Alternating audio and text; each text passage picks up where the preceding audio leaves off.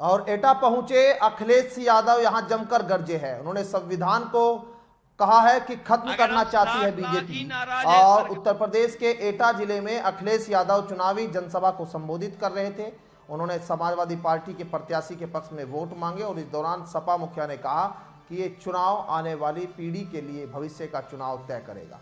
वो लोग संविधान को खत्म करना चाहते हैं, संविधान के भक्षक है, हम लोग रक्षा करना चाहते हैं। अखिलेश यादव ने कहा कि एटा के लोगों को बीजेपी ने बहुत धोखा दिया है।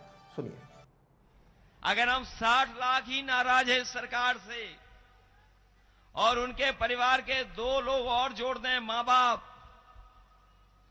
तो अगर एक परिवार में तीन लोगों का वोट इनके खिलाफ चला गया तो बताओ 60 लाख का गुणा अगर हमने कर दिया 3 से तो 1 करोड़ 80 लाख होता है।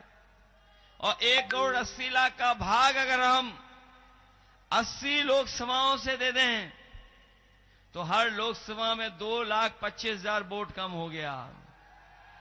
बताओ कम हो गया कि नहीं हो गया? और जब से देवेश साकी जी प्रत्याशी बन गए तब से बीजेपी वालों को नींद नहीं आ रही है।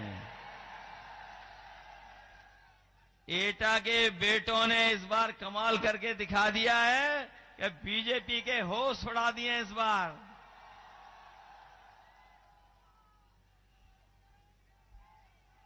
बताओ विरोधियों को समझ में नहीं आ रहा है और उनके पास जवाब नहीं है कि नौकरी क्यों नहीं दे रहे। और नौकरी नहीं, हम जानते हैं एटा के और मैनपुरी और आसपास के जिले जो अपने घर के जिले हैं, यहां के नौजवान हमेशा फौज के लिए जाते थे। बड़े पैमाने पे यहां पर गांव-गांव लोग फौज की तैयारी करते हैं। सबसे ज्यादा अगर फौज से रिटायर्ड लोग होकर के आए हैं, अगर पश्चिम में वो जिले हैं मुजफ्फरनगर और जिले हैं, तो अगर हमारे आसपास के जिले एटा, मैनपुरी, फिरोजाबाद वो जिले हैं जिसमें सबसे ज्यादा लोग फौज में जाते थे और फौज से लौट करके आते थे। इस सरकार ने, बीजेपी के लोगों ने पूरी जानकारी हासिल की कि ये फौज के लोग जाते हैं तो उनके घर की आर्थिक स्थिति कैसी रहती है, उनका सामाजिक स्तर कितना बढ़ जाता है। जब बीजेपी को यह पता लग गया सर्वे के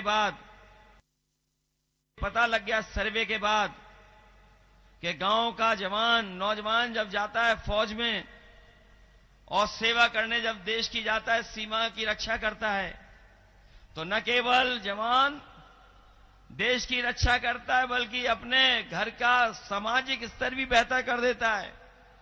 उसके आने वाली पीढ़ी पढ़ लिख लेती है। इसलिए जानबूझ करके इन्होंने पक्की नौकरी को रोकने का काम किया है। फौज की पहले जैसे भर्ती होती थी वो बंद कर दी और ये जो अग्निवीर व्यवस्था लेकर के आए हैं, मैं अपने नौजवानों से कहना चाहता हूं और फौज के लोगों से जो रिटायर हैं उनको तो सम्मान मिलता है, पेंशन मिलती है, सब कुछ।